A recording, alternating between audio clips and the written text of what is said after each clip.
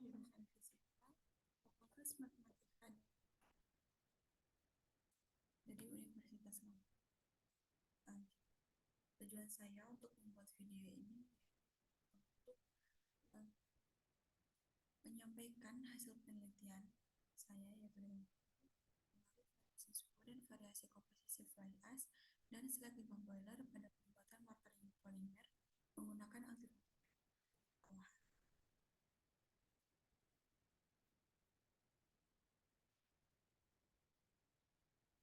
Di sini ada 4 pembahasan yang akan saya sampaikan. Yang pertama di pendahuluan, kemudian ada hasil dan pembahasan, kesimpulan dan saran, dan daftar pustaka. Pendahuluan. Jadi yang latar belakang dari penelitian pesatnya perkembangan infrastruktur di seluruh dunia, yang dimana dengan menggunakan semen sebagai Nah, semakin pesatnya perkembangan semen semakin banyak, semakin meningkat. Dan karena penggunaannya semakin meningkat, dampak buruk pada lingkungan. Salah satu cara yang digunakan untuk hutan yang ramah itu polimer silika alumina yang disebut dengan biopolimer adalah material baru yang tidak menggunakan semen sebagai bahan. Jadi beton yang ramah karena pada proses produksinya tidak melalui proses pembakaran, sehingga tidak memancarkan emisi CO2. Kemudian ada tujuan dari penelitian saya, yaitu untuk mengetahui bagaimana pengaruh variasi suhu dan variasi komposisi bahan terhadap sifat fisik dan mekanis pada mortar biopolimer. Pada mortar biopolimer,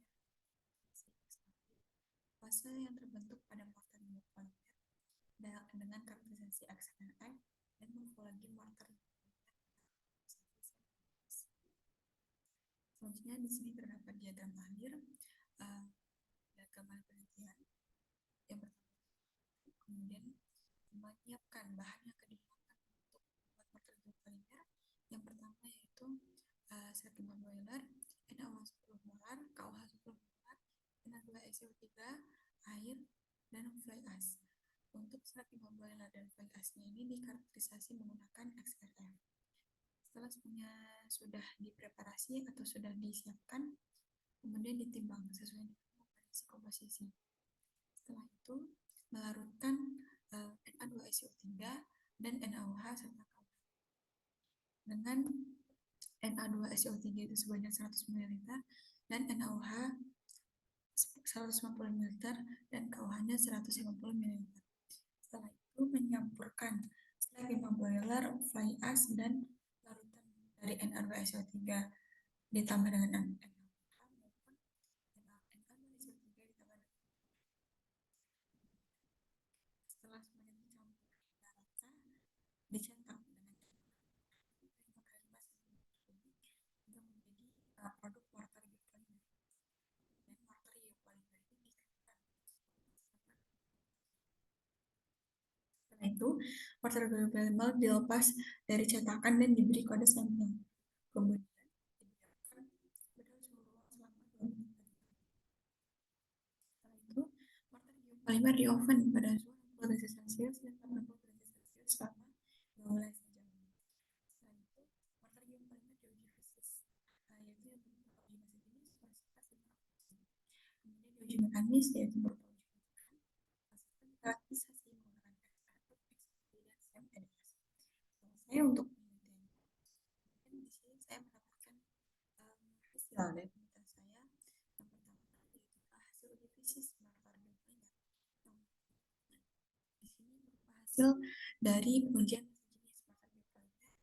Dari gambar ini adalah grafik dari massa jenis aktivator NaOH, yang dimana di sini sudah tertera untuk yang warnanya biru adalah pada suhu 60 derajat Celcius dan untuk yang warna orange adalah suhu 80 derajat Celcius, dan dimana suhu 60 derajat Celcius ini diperoleh persamaan sama dengan 1,9018 dikurang 0,0182 R.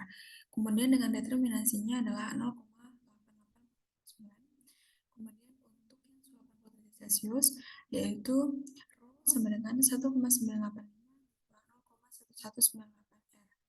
Dan untuk determinasinya yaitu 0,9465.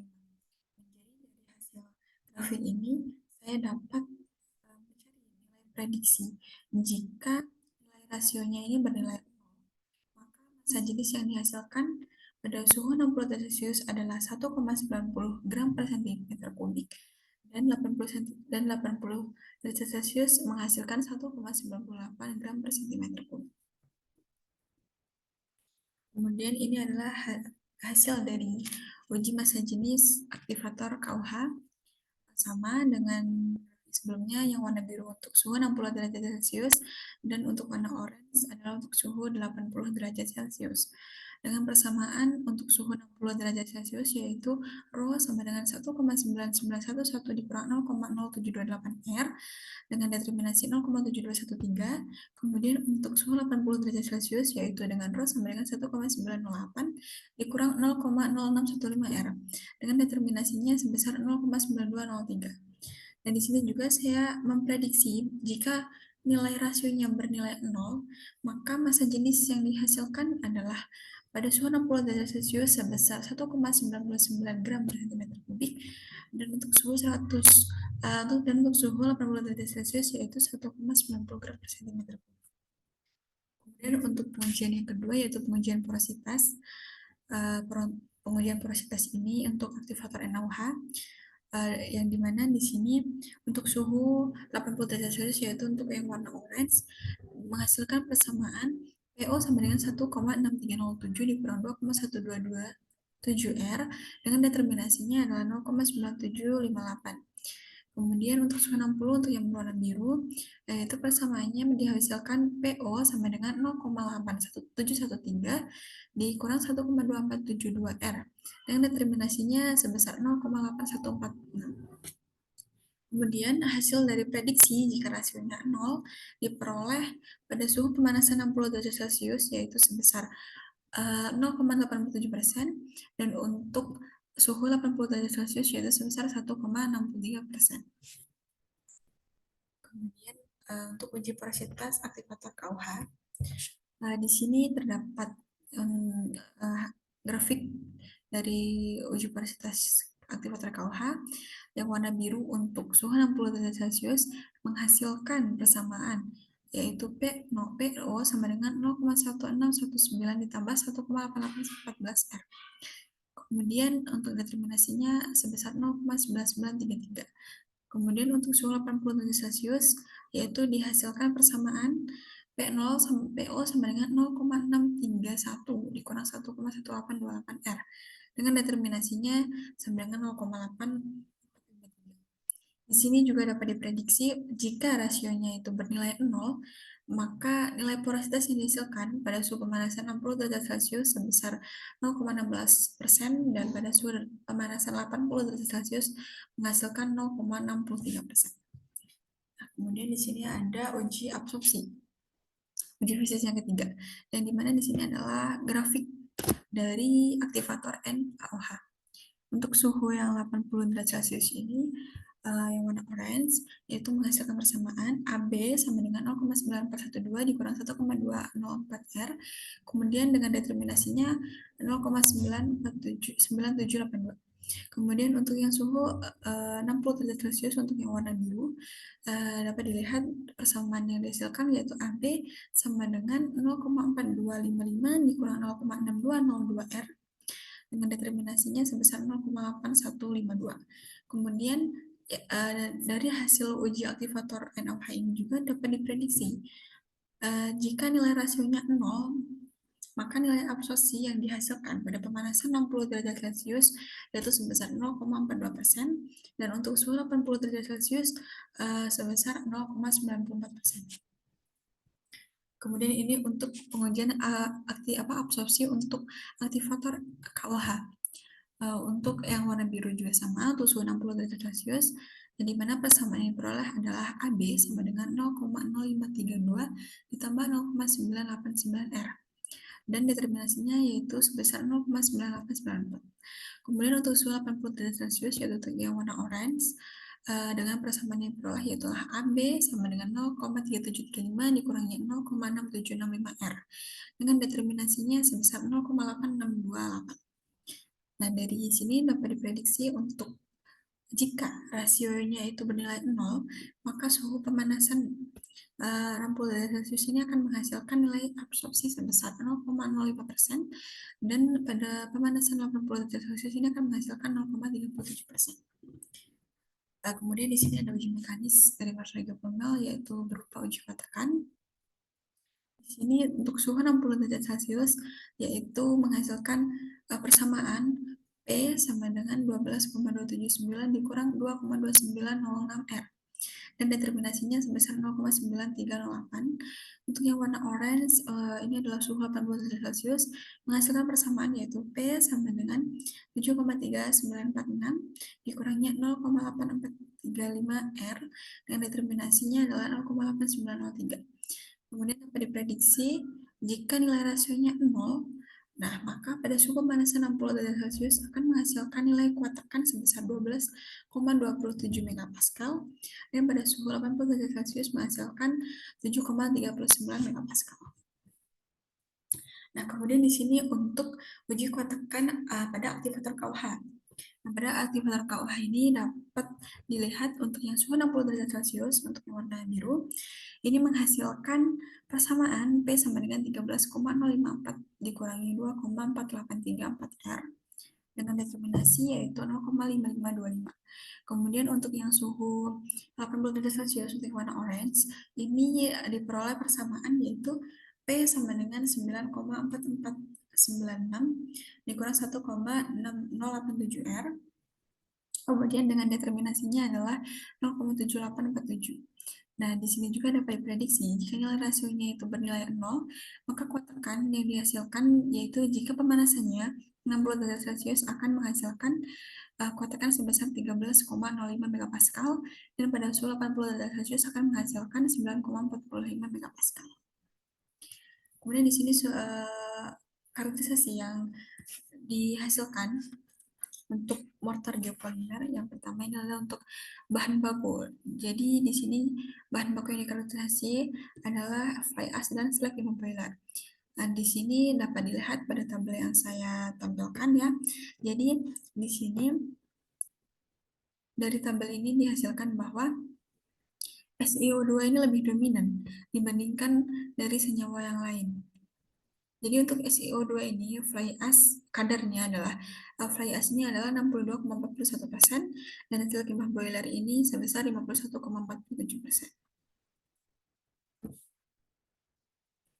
Nah, kemudian di sini ada hasil dari XRF untuk produknya, produk molten geopolimer, tapi di sini untuk karakterisasi unsur dari aktivator NaOH. Di sini kita bisa lihat juga ya bahwa unsur Si ini lebih dominan dibandingkan dari unsur yang lain. Gitu. Ini untuk hasil XRF mortar geopolimer aktivator NaOH. Bisa dilihat untuk hasilnya. Nah, di sini saya memaparkan hasil XRF dan hasil perhitungan. Jadi perhitungan ini saya cari menggunakan perhitungan material balance yang dimana tujuannya ini untuk mengetahui pendekatan dari nilai dari hasil perhitungan dari material balance ini sesuai tidak dengan hasil XRF-nya gitu. Jadi hasil XRF produk akan didekatkan dengan hasil XRF bahan baku sesuai atau tidak gitu. Jadi di sini bisa kita lihat ya bahwa SiO2 ini lebih dominan dibandingkan dengan yang lain dan ini sesuai dengan hasil XRF pada bahan baku yang dimana SiO2 juga ini adalah yang dominan. Kemudian di sini SiO2 ini pada komposisi 1 suhu 60 derajat Celcius ini menghasilkan SRF sebesar 51,57 dengan perhitungannya itu 51 plus minus 1. Jadi sinkron ya untuk pendekatannya dari perhitungan Pascal 51 dan untuk hasil SRF-nya adalah 51,57.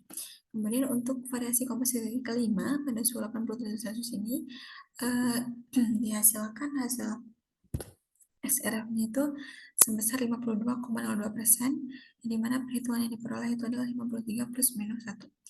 Jadi dari hasil perhitungan dan hasil dari uji XRF-nya pun berdekatan, balance begitu.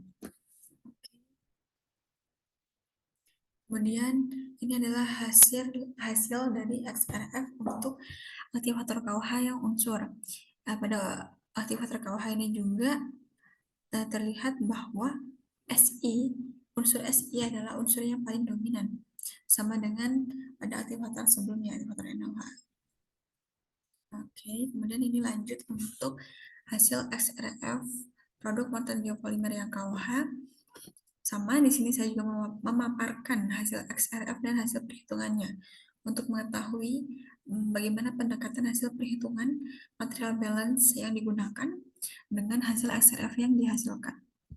Nah, di sini yang dominan bisa dilihat yaitu adalah senyawa SiO2 sama dengan pada aktivator NaOH yang dimana senyawa SiO2 ini menghasilkan nilai XRF sebesar 52,02% dengan hasil perhitungannya adalah 51 plus minus 1. Kemudian untuk variasi komposisi 5 suhu 80 derajat Celcius ini menghasilkan XRF sebesar 47,67%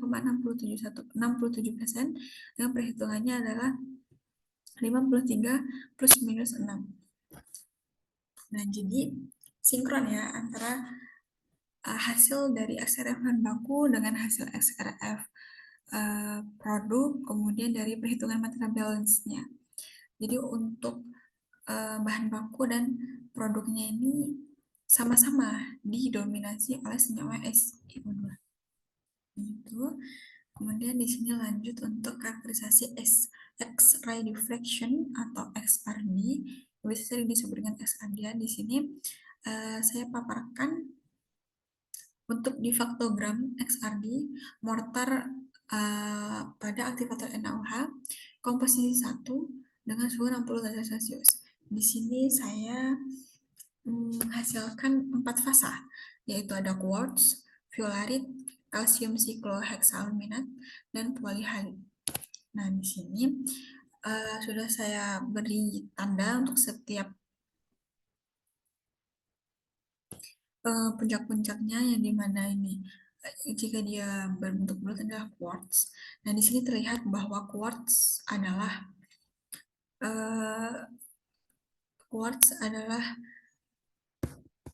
yang dihasilkan paling tinggi. Jadi puncak yang paling tinggi ini adalah quartz. Nah, quartz ini memiliki senyawa yaitu SiO2. Kemudian selanjutnya untuk aktivator NaOH pada komposisi 5 dengan suhu 80 derajat Celcius. Ini saya menghasilkan 3 fasa yaitu ada quartz, anortite, dan diopside. Kemudian di sini sama dengan sebelumnya yaitu puncak tertinggi yang diperoleh dari hasil difaktogram ini yaitu pada quartz, yaitu senyawa SiO2. Kemudian ini untuk aktivator KUH pada komposisi 1 dengan suhu 60 derajat Celcius juga diperoleh 3 fasa yaitu ada quartz, anortite, dan biosip. Dan sama yang di sini hasil puncak tertinggi yang diperoleh yaitu berupa quartz yaitu dengan senyawa SiO2. Kemudian di sini untuk aktivator pada komposisi 5 pada suhu 80 derajat Celcius yaitu menghasilkan 4 fasa yaitu berupa quartz, fluorit, pigeonit, dan nobilit. Kemudian di sini juga terlihat bahwa puncak paling tinggi yang dihasilkan adalah quartz. Nah, quartz ini senyawa SiO2. Di sini saya memaparkan tabel dari hasil fasa keseluruhan karakterisasi XRD yang diperoleh oleh produk mortar geopolimer ini bahwa quartz ini dihasilkan pada semua produk baik NaOH maupun KUH dan komposisi 1 maupun komposisi yang kelima pada suhu 60 derajat Celcius dan suhu 80 derajat Celcius. Jadi terbukti bahwa quartz ini adalah fasa yang dihasilkan, fasa yang paling dominan, gitu. Di mana senyawanya adalah SiO2. Jadi sinkron dengan hasil XRF tadi bahwa hasil XRF tadi yang mendominasi adalah SiO2 dan untuk SR3-nya ini juga yang mendominasi fasanya sekarang adalah pada senyawa SiO2 pada fasa quartz. Kemudian ini adalah hasil dari scanning electron microscopy energy dispersive spectroscopy atau SEM-EDS. Nah, jadi di sini saya memaparkan gambar berupa hasil karakteristik SEM-EDS untuk aktivator NaOH komposisi 1 pada suhu 60 derajat Celcius. Di sini terdapat nama unsur yang diperoleh dari hasilnya yaitu ada C, ada O, ada Na, ada Al, ada Si, K, Ca, Fe, Mg dengan masing-masing warna. Supaya tujuannya apa? Untuk kita mengetahui apakah benar penyebaran unsurnya ini sesuai dengan hasilnya gitu. Di sini kita terlihat bahwa C dan O ini lebih dominan ya untuk warna merah dan warna hijau. Di sini saya paparkan juga untuk tabel dari hasil SEM-EDS-nya yaitu benar yaitu jika unsur C dan O ini lebih dominan dibandingkan dengan unsur yang lain. Kemudian di sini adalah gambar morfologi dari aktivator NaOH komposisi 1 pada suhu 60 derajat Celcius. Di sini terlihat ya sebuah bongkahan yang membentuk suatu kristal. Nah, di sini kristal yang dihasilkan yaitu fasa kristal mulit. Nah, jadi fasa kristal mulit ini nih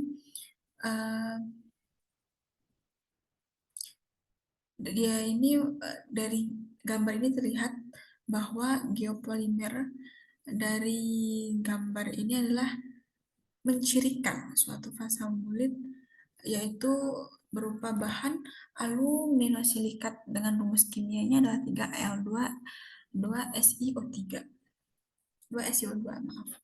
Nah, di sini kan terlihat ya terdapat jika kita cermati lebih dalam di sini tuh terdapat pori-pori. Jadi setiap bongkahan ini terdapat pori-pori. Namun karena ini bongkahannya tidak terlalu banyak, maka pori-pori yang dihasilkan sedikit. Jadi dia lebih kuat. Nah, jadi untuk uji karakterisasi ini saya menggunakan komposisi satu ini pada suhu 60 derajat Celcius adalah hasil kuat tekan tertinggi dan terbukti untuk komposisi ini nilai pori-porinya sangat kecil gitu, pori-porinya yang biasakan kecil. Kemudian ini untuk aktivator NaOH komposisi 5 pada suhu 80 derajat Celcius. Sama ya, ketika kita lihat ini adalah unsur C dan O menyebar lebih banyak, maksudnya lebih dominan. Kita lihat untuk tabelnya. Nah, jadi sesuai dengan gambar tadi bahwa unsur yang dominan adalah unsur O dan unsur C. Selanjutnya di sini untuk morfologinya. Nah, pada komposisi 5 ini, jadi saya menggunakan hasilnya kuat tekan yang terendah. Nah, jadi di sini dapat terlihat ya bahwa jika pada morfologi ini membentuk bongkahan-bongkahan kristal, gitu, tetapi bongkahannya tidak terlalu besar dan banyak gitu, kecil-kecil namun banyak. Nah, di sini tuh pori-porinya juga pasti terlihat gitu kan jika kita diperjelas lagi. Nah, di sini semakin banyak bongkahan yang dihasilkan, maka pori-pori yang dihasilkan juga semakin banyak begitu. Jadi sesuai ya, jika komposisi 5 yang saya ambil ini nilai kuat tekan terendah, maka nilai pori-porinya juga lebih besar. Ini untuk aktivator KUH pada suhu 60 derajat Celcius pada komposisi pertama. Nah, di sini untuk unsur yang dihasilkan yaitu unsur C dan O ini lebih dominan ya. Kemudian disusul dengan unsur Si. Nah, ini adalah morfologinya gitu. Jadi morfologinya ini membentuk bongkahan ya. Namun bongkahannya ini membentuk kristal dan dia sangat jarang gitu makanya dia lebih kuat karena kan bongkahannya itu besar dan tidak sebanyak pada suhu 80 derajat Celcius gitu. Jadi pori-pori yang dihasilkan ini tidak terlalu banyak. Kemudian untuk UHA pada suhu 80 derajat Celcius, warna merah ini dominan banget ya, banyak banget. Nah, benar ternyata untuk unsur C dan O ini lebih dominan gitu, banyak. Kemudian untuk morfologinya. Morfologinya ini jadinya bongkahan yang dihasilkan ini kan lebih banyak. Dan dia ini lebih kecil gitu kan, bongkahannya tidak terlalu besar seperti sebelumnya, namun dia lebih banyak gitu kristal-kristal yang dia bongkahan kristalnya begitu. Jadi uh, untuk keseluruhan semua hasil SMEDS ini untuk morfologinya ini membentuk fase kristal mulit, yaitu dengan bahan aluminosilikat dengan rumus kimianya adalah 3Al2O3 2SiO2. Kemudian daftar pustaka di sini ada beberapa referensi yang saya gunakan, yang saya paparkan. Untuk selebihnya sudah saya lampirkan pada draft skripsi saya. Sekian, sebelumnya terima kasih. Sekian yang dapat saya sampaikan dari hasil penelitian saya. Atas partisipasinya saya ucapkan terima kasih. Wassalamualaikum warahmatullahi wabarakatuh.